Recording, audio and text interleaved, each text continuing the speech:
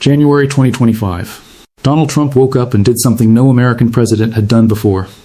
He threatened to impose a 10% tariff on any country that moved away from the US dollar. Not a country that invaded someone, not a country that harbored terrorists, any country that simply chose to use a different currency for trade. Think about that for a second. The most powerful nation on earth, a country that spent 80 years telling the world it believed in free markets, was now threatening economic punishment for the act of making a free financial choice. You don't threaten people who aren't leaving, you threaten people who are already halfway out the door. My name is Malcolm, and on this channel, history meets economics, where the past explains what the news of today refused to.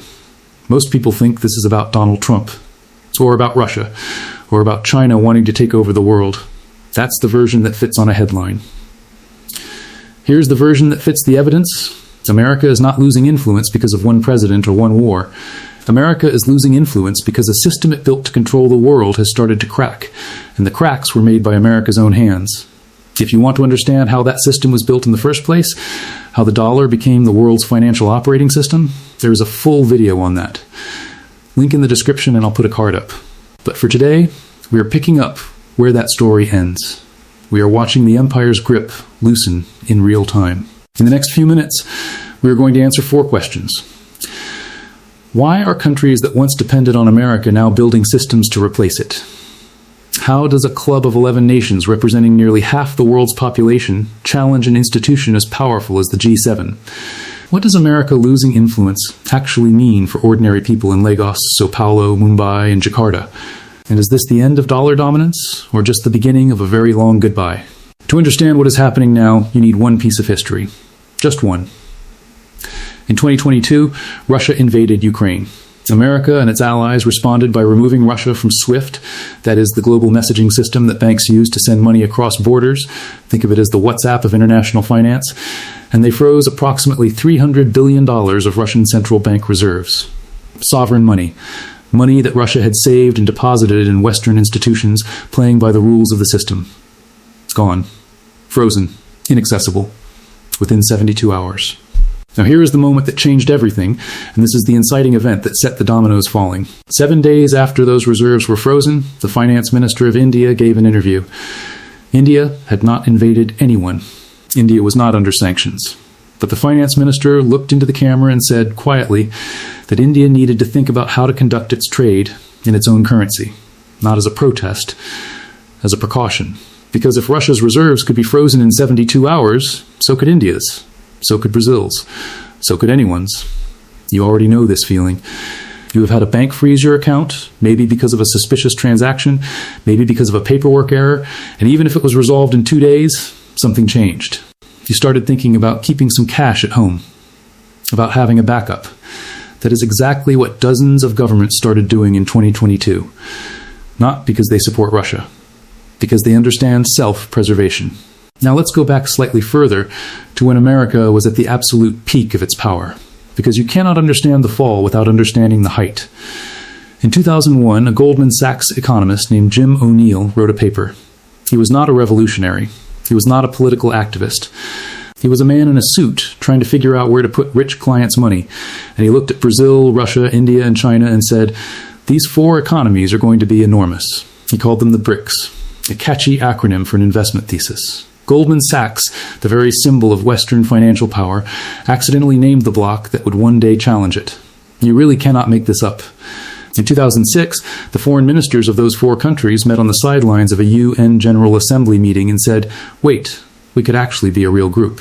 In 2009, they held their first formal summit. In 2011, South Africa joined, and the S was added. At that point, BRICS was still manageable in Western eyes. 4 emerging markets in South Africa. Interesting. Mildly concerning.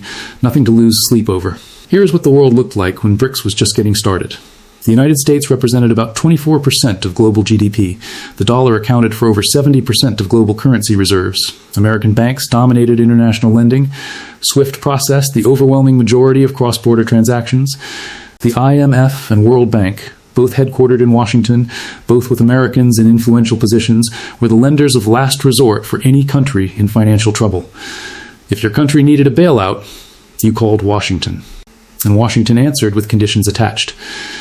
Think about what that means for a country like Zambia, or Argentina, or Indonesia in the 1990s. Imagine your household is in debt. The only lender in town will give you a loan, but only if you sell your car, cut your food budget by 40%, fire half your household staff, and let the lender inspect your home every quarter. You take the deal because you have no choice, but you never forget the terms. And the moment a second lender appears in town, you remember everything. That second lender appeared, and it came with a different business card.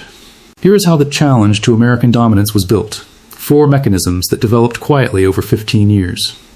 Mechanism 1. Parallel money. In 2015, BRICS launched the new development bank, the NDB, headquartered in Shanghai, not Washington.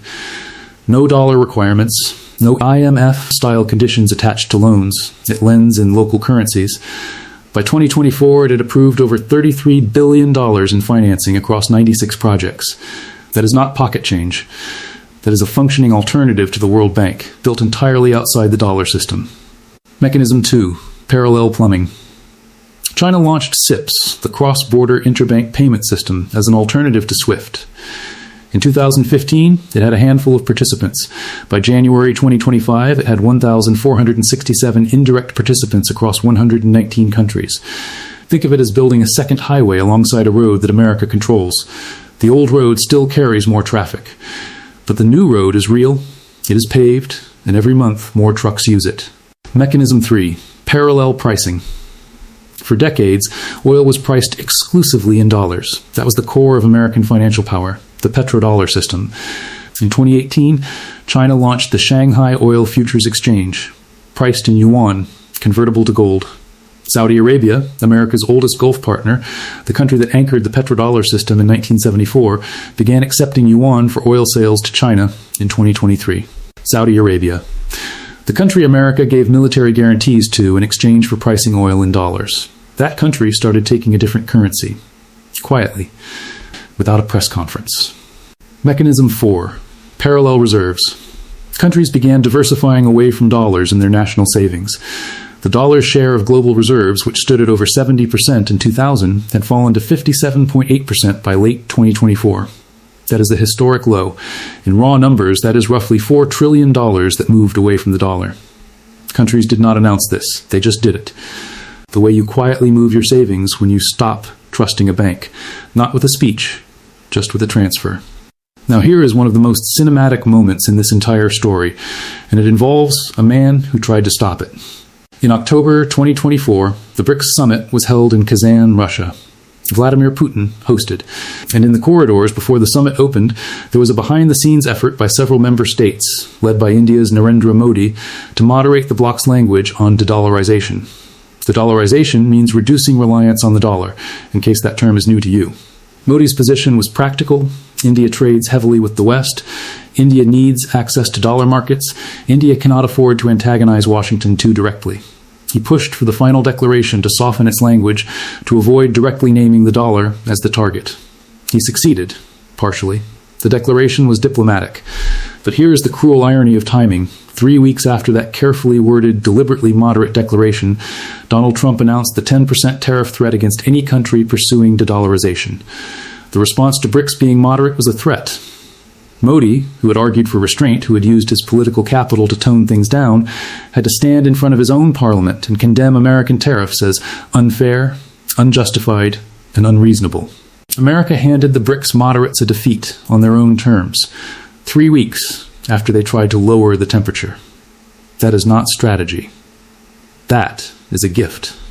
Here is the trap condition, and I want to make this as simple as possible because it explains everything. America's financial power was always built on one thing. There was no alternative. You needed dollars for oil. You needed SWIFT for banking. You needed the IMF if you ran out of foreign reserves. The system was not just powerful, it was the only system. Monopolies do not need to be loved. They just need to have no competition. Here is the analogy. Imagine there is one mobile network in your country. The signal is decent, the prices are high, the customer service is terrible, but you use it because what else are you going to do?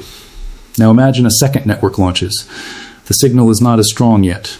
The coverage has gaps, but the prices are lower and they are not threatening to cut off your service if you vote for the wrong political party.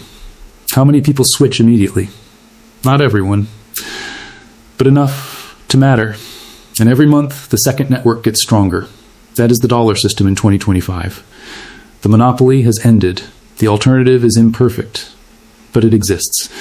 And now watch what happened in the 18 months after the 2022 sanctions. This is the collapse sequence of American influence, not of America itself, but of the automatic deference it once enjoyed. By mid-2022, Russia and China had shifted over 90% of their bilateral trade to rubles and yuan. By 2023, India had signed local currency trade agreements with 18 countries. By early 2024, Saudi Arabia formally joined BRICS negotiations as an observer. In June 2024, BRICS membership expanded to 11 countries: Egypt, Ethiopia, Iran, Saudi Arabia, the UAE, and Indonesia joining the original 5. Countries representing 49% of the world's population and 40% of global GDP. And that 40% is growing at 4% per year on average. The G7, America, UK, France, Germany, Italy, Japan, Canada, is growing at 1.7%. Germany contracted in 2023. Italy contracted. France barely moved. Let's put those numbers where they belong. The G7 is a neighborhood where most of the houses are getting smaller. BRICS is the neighborhood next door, where 11 new extensions are being built simultaneously. The G7 neighborhood still has the better schools and the nicer cars, but it is no longer obviously winning. And the dominoes did not stop at economics. They moved into geopolitics, into the actual structure of world power. Brazil, under President Lula, openly called for a new global reserve currency and proposed that BRICS develop a payment system independent of the dollar. This is Brazil, a country that has historically been within Washington's sphere of influence, that has deep trade ties with the United States, that is not an adversary by any historical definition. And its president stood at a podium and argued that the world needed to stop depending on one country's currency for its financial survival. When Trump responded by threatening 50% tariffs on Brazilian imports, Lula's foreign policy advisor said publicly that Trump's attacks were reinforcing their commitment to BRICS. America threatened a friendly country and pushed it closer to the bloc it was trying to contain. That is the opposite of foreign policy. That is a self-inflicted wound. Africa tells a similar story. For decades, America used USAID, its foreign aid agency, as a soft power tool across the continent. In early 2025, the Trump administration cut USAID funding dramatically. The vacuum was immediate. China, which had been building infrastructure across Africa through its Belt and Road Initiative for over a decade, was already there. It did not need to announce anything. It just continued building roads, ports, and hospitals while America retreated. Now let's come back to where we started. January 2025. Trump's 10% tariff threat against de-dollarizing countries. The dollar's reserve share at 57.8%, a historic low. BRICS at 11 members and growing. Foreign ownership of U.S. debt at 30%, down from 50% in 2008. On the surface, this looks like a recent crisis.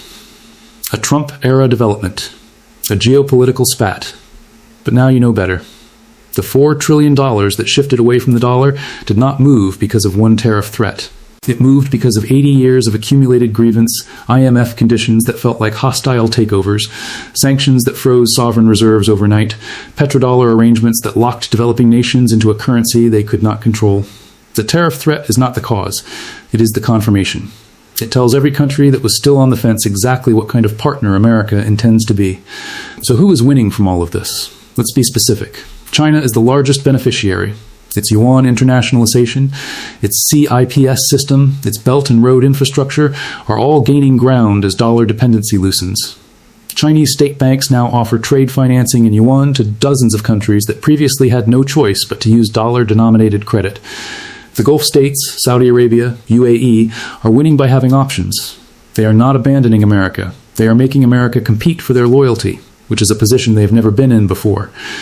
And the BRICS New Development Bank is winning by positioning itself as the no-conditions lender, the alternative to IMF austerity, at the exact moment that Global South resentment of Western financial institutions is at its highest point in decades.